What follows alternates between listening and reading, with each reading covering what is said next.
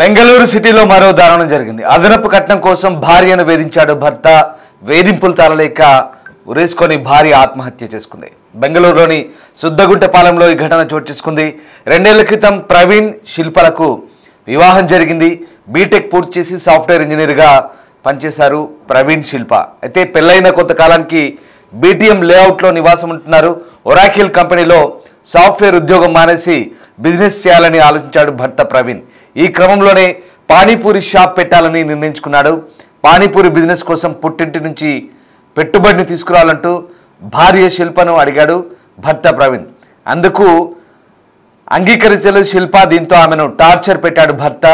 5 లక్షలు తీసుకురాకపోవడంతో శిల్పను పుట్టింటికి పంపాడు భర్త ప్రవీణ్ అత్త శాంతవ్వ. ఈ క్రమంలోనే ప్రవీణ్ అడిగినంత డబ్బులు కూడబెట్టి కూతురిని కాపురానికి పంపారు శిల్ప తండ్రి. డబ్బులు ఇచ్చినప్పటికీ శిల్పకు వేధింపులు తప్పలేదు.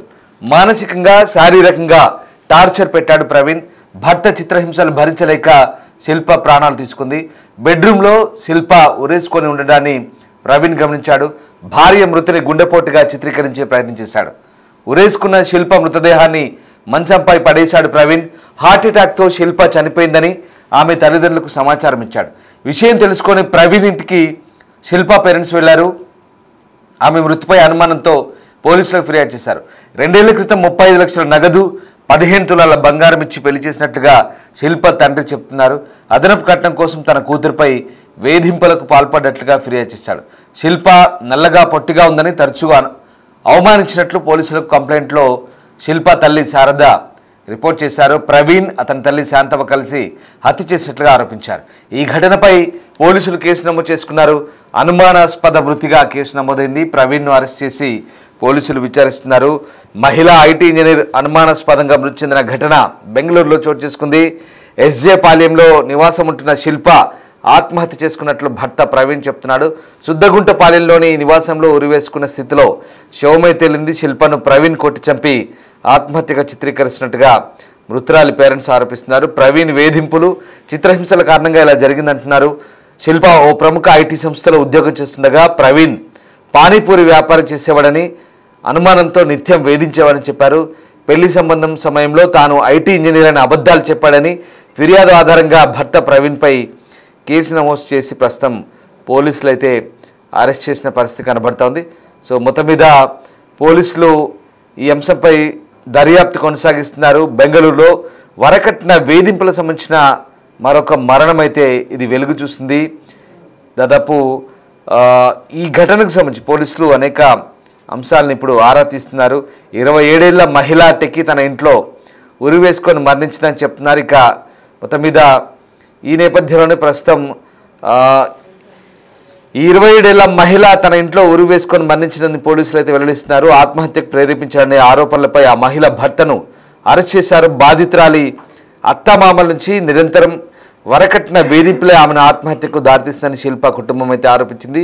శిల్ప భర్త మాజీ సాఫ్ట్వేర్ ప్రొఫెషనల్ ప్రవీణ్ను పోలీసులు అయితే అరెస్ట్ చేశారు. గతంలో ఐటీ దిగ్గజం ఇన్ఫోసిస్లో పనిచేసిన శిల్ప ప్రవీణ్ని వివాహం చేసుకుని దాదాపు 2.5 సంవత్సరాలైంది. ఈ దంపతులకు 1.5 ఏళ్ల వయసున్న పాప కూడా ఉంది. శిల్ప మళ్ళీ గర్భవతి అని ఆమె కుటుంబ సభ్యులు చెప్తున్నారు. ఇక ప్రవీణ్ కుటుంబం పెళ్లికి ముందు దాదాపు 15 లక్షల నగదు 150 గ్రాముల బంగారు నగలు ఇంట్లోని వస్తువులు ఇవ్వాలని డిమాండ్ చేశారని శిల్ప తల్లిదండ్రులు తమ ఫిర్యాదులో చెప్తున్నారు. ఇక ఈ డిమాండ్లు నెరవేర్చినప్పటికీ వివాహం తర్వాత మరిన్ని విలువైన వస్తువుల కోసం పదే ఒత్తిడి చేశారంటూ ఆరోపిస్తున్నారు. ఈ అంచనాలు తీర్చడానికి కుటుంబం భారీ ఆర్థిక త్యాగాలు చేసిందంటూ ఆమె మామ చిన్నబసవయ్య అంటున్నారు. 3 సంవత్సరాల క్రితం తాము ఆమె వివాహం ఘనంగా జరిపించామని ఇంటిని అమ్మేసి దాదాపు 40 లక్షలు ఖర్చు చేశామన్నారు. పెళ్లి సమయంలో ఆమెకు 160 గ్రాముల బంగారం కూడా ఇచ్చామని చెప్తున్నారు. ఇక ఈ నేపథ్యంలోనే ప్రస్తుతం ఈ వేధింపులు కూడా ఎక్కువయ్యన్నారు. అతని ప్రకారం వివాహం తర్వాత కూడా డిమాండ్లు ఉన్నాయని, కొన్ని నెలల క్రితం అతను తమ నుంచి మరొక 10 లక్షలు తీసుకున్నాడని, ఇప్పుడు 1.5 సంవత్సరాల పాప కూడా ఉంది, ఆమె మళ్ళీ గర్భవతి అని. అయితే వివాహ సమయంలో అతను బీఈ ఎంటెక్ గ్రాడ్యుయేట్ అని చెప్పుకున్నాడని, కానీ గత 2 సంవత్సరాలుగా అతను పానీపూరి అమ్ముకుంటూ బతుకుతున్నాడని చెప్తున్నారు.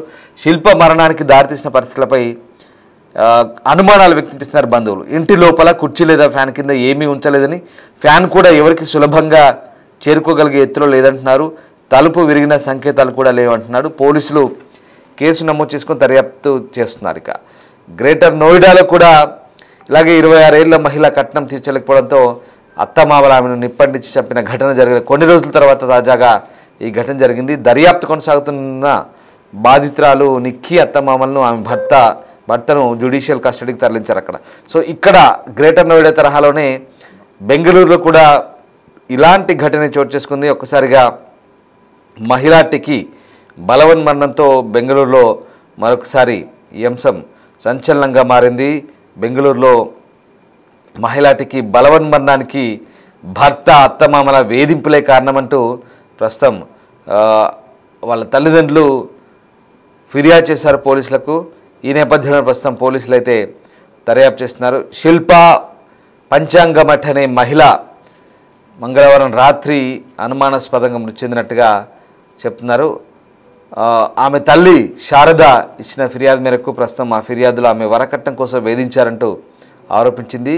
శిల్ప భర్త తాను సాఫ్ట్వేర్ ఉద్యోగాన్ని వదులుకున్నట్టుగా కూడా సమాచారం. సో గంగావతి తాలూకాలోని వడ్డరహట్టి గ్రామానికి చెందిన ప్రవీణ్ను శిల్ప 2022లో వివాహం చేసుకుంది. ఈ దంపతులకు విహాన్ అనే కుమారుడు కూడా ఉన్నారు. ఒకసారి చూడండి మీరు, ప్రవీణ్ ఫోటోలో చూస్తున్నారు కదా, ప్రవీణ్ ఆమె శిల్ప. ప్రస్తుతం శిల్ప అతన్ని వివాహం చేసుకున్నప్పుడు దిగిన ఫోటో అది. ఆ ఫోటోలో ఆ అబ్బాయి వివాహం చేసుకున్న సమయంలో భారీగా కూడా కట్న కానుకలు సమర్పించారు. ఇద్దరు కూడా గతంలో టెక్నీషియన్లు అని చెప్తున్నారు. అయితే ప్రవీణ్ సాఫ్ట్వేర్ ఉద్యోగాన్ని వదిలి పానీపూరి దుకాణం ప్రారంభించారని, శిల్ప తన మొదటి బిడ్డకు జన్మనిచ్చిన తర్వాత తన ఉద్యోగాన్ని విడిచిపెట్టిందంటూ కూడా చెప్తున్న పరిస్థితి. సో దాదాపు లక్షలు ఖర్చు చేసి దాదాపు ఒక పావు కిలోలో సగం బంగారం వరకు కూడా ఇచ్చినట్టుగా చెప్తున్నారు. దాదాపు 150 గ్రాముల బంగారం ఇచ్చినట్టుగా చెప్తున్నారు. బీటీఎం లేఅవుట్లో ఉంటున్నారు.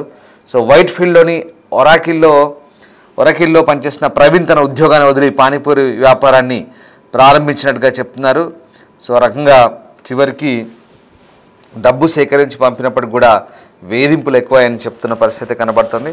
సో మొత్తం మీద వరకట్న వేధింపులకు మరొక అమ్మాయి బలైన పరిస్థితి కనబడుతోంది. సాఫ్ట్వేర్ ఉద్యోగం చేస్తున్న వ్యక్తి ఇక్కడ వరకట్న వేధింపులతో, ఆ ఇద్దరు కూడా సాఫ్ట్వేర్ ఇంజనీర్లే, ఇద్దరు కూడా ఆమె ఇన్ఫోసిస్లో చేస్తుంది, వాడు ఒరాకిల్లో చేస్తున్నట్టుగా చెప్తున్నారు. బట్ ఒరాకిల్లో ఎందుకు ఉద్యోగం వదులుకొని పానీపూరి బండి పెట్టుకోవాలనుకున్నాడో అర్థం కాని పరిస్థితి. నిజంగా ఇంతకు మించిన అసలు వింటుంటేనే సాఫ్ట్వేర్ టెక్నీషియన్ అని చెప్పి, ఎంటెక్ అని చెప్పి, ఒరాకిల్లో జాబ్ చేస్తానని చెప్పి వాళ్ళని నమ్మించాడు. దాదాపు 40 లక్షలు ఖర్చు చేశారు, 35 లక్షల కట్నం తీసుకున్నారు. 160 గ్రాముల బంగారం అంటే ఒకసారి అర్థం చేసుకోండి ఎంత బంగారం, ఒకసారి అర్థం చేసుకోవచ్చు. సో ఆ రకంగా ఎంత బంగారం తీసుకున్నాడు, ఘనంగా పెళ్లి చేశారు, సాఫ్ట్వేర్ ఉద్యోగం అన్నారు, అది లేదు, ఒరాకిల్లో జాబ్ వదిలేశాడు, అట్నుంచి పానీపూరి బండి స్టార్ట్ చేశాడు. అలాగే అమ్మాయిని కూడా జాబ్ అనిపించాడు అనుమానంతో, ఆమె కూడా జాబ్ మానింది. ఇప్పుడు మళ్ళీ ఆమె గర్భవతి. 5 లక్షలు బిజినెస్ కోసం తీసుకురమ్మన్నాడు, పుట్టింటి పంపించాడు. ఏదో అప్పు సొప్పు చేసి మళ్ళీ పంపిస్తే అయినప్పటికీ కూడా అత్త వేధింపులు, భర్త వేధింపులతో ఆమె బలవన్మరణానికి పాల్పడ్డట్టు చెప్తున్నారు. నిజంగా ఆమె బలవన్మరణానికి పాల్పడిందా, వీళ్ళు చంపి ఊరేశారనే అనుమానంలో ఇప్పుడు వాళ్ళ తల్లిదండ్రులు కొన్ని ఫిర్యాదులు అయితే చేస్తున్న పరిస్థితి కనబడుతుంది.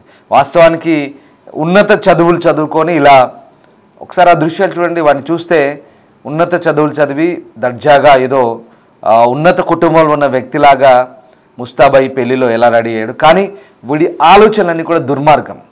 ఇలాంటి వ్యక్తులను నమ్మి ఎంటెక్ అనో లేదో ఇంకేదోనో డిగ్రీలు ముందర పెట్టి సాఫ్ట్వేర్ ఇంజనీర్లుగా చెప్పుకొని కట్నాలు తీసుకొని, అత్యధిక కట్నాలు తీసుకొని ఘనంగా పెళ్ళిళ్ళు చేసుకున్న తర్వాత వాడి చూడండి ఒక్కసారి వాడి మొహం చూస్తే నిజంగా హాస్యాస్పదంగా ఉంది. వాడు పానీపూరి బండి నడుపుకునే పనికిమాలి నోడు. నిజంగా చెప్పాలంటే వాడు సాఫ్ట్వేర్ ఉద్యోగం మానేసి పానీపూరి బండి పెట్టుకున్నాడు. వీడు గప్చుప్పులు అమ్ముకునేవాడు. అంటే నేను వాళ్ళని తక్కువ చేసి మాట్లాడట్లేదు, అది కూడా చాలా గౌరవప్రదమైన వ్యాపారం. కానీ ఇప్పుడు వాళ్ళ నిజంగా చెప్పాలంటే వాళ్ళు వింటే కనుక వీడిని చీ కొడతారు, ఇంత వెధవాని. అలాంటి ఒరాకిల్లో జాబ్ వదిలేసుకొని పానీపూరి బండి పెట్టుకొని జీవించాల్సిన అవసరం ఏంటో తెలియదు. బట్ ఓకే, అతనికి అది ఇంట్రెస్ట్ అయి ఉండొచ్చు మేబీ. కానీ ఇంట్లో భార్యని వేధించి ఇంట్లో భార్య డబ్బులు తెచ్చినా కూడా లక్షలు తెమ్మని చెప్పేసి మరి ఆ బిజినెస్ అయినా సరిగ్గా చేసుకుంటున్నారా? ఇప్పుడు అది కూడా కార్పొరేట్ స్థాయిలో చేస్తున్నారు. పానీపూరి బిజినెస్ కార్పొరేట్ స్థాయిలో ఇప్పుడు అవి కూడా ఫ్రాంచైజీలు ఇస్తూ అవుట్లెట్లు పెడుతున్నారు.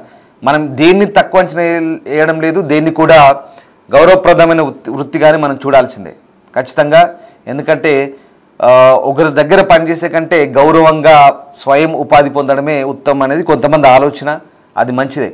పానీపూరి బండి కావచ్చు, అది ఇంకేదైనా బజ్జీల బండి పెట్టుకున్నా గౌరవంగా బతుకుతారు, కాదనలేం. కానీ ఏదైనా ఒక మంచి చెడు అనేది ఉంటుంది, కనీసం కుటుంబ విలువలు మానవత్వం ఉంటుంది. కానీ ఈ మనిషి మానవత్వాన్ని మరిచిపోయి రెండోసారి గర్భవతిగా ఉన్నటువంటి ఆ భార్యని నిత్యం వేధింపులు, శారీరకంగా మానసికంగా వేధింపులు. చూడండి, ఒక చిన్న బాబు ఉన్నాడు, బాబో పాపో. సో తర్వాత కూడా మళ్ళీ రెండోసారి గర్భవతి.